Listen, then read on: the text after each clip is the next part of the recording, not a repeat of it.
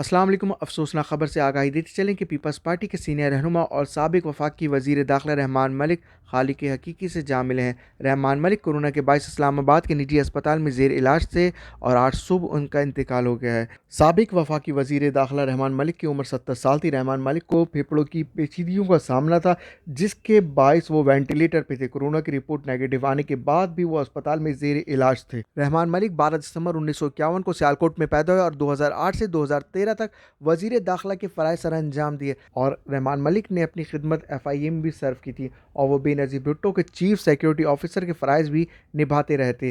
रहमान मलिक को 1996 में निशान इम्तियाज़ से भी नवाजा गया था और रहमान मलिक ने अपने सोगवारों में उनकी अहलिया और 2 बेटों को छोड़ा है। और इसी के साथ पाकिस्तान पीपल्स पार्टी के चेयरमैन बिलावल भुट्टो जरदारी का ट्वीट भी सामने आ गया और अफसोस का इजहार करते हुए मरहूम के बुलंद दर्जात की दुआ की है और लवाहिकीन से सब्र की अपील की है।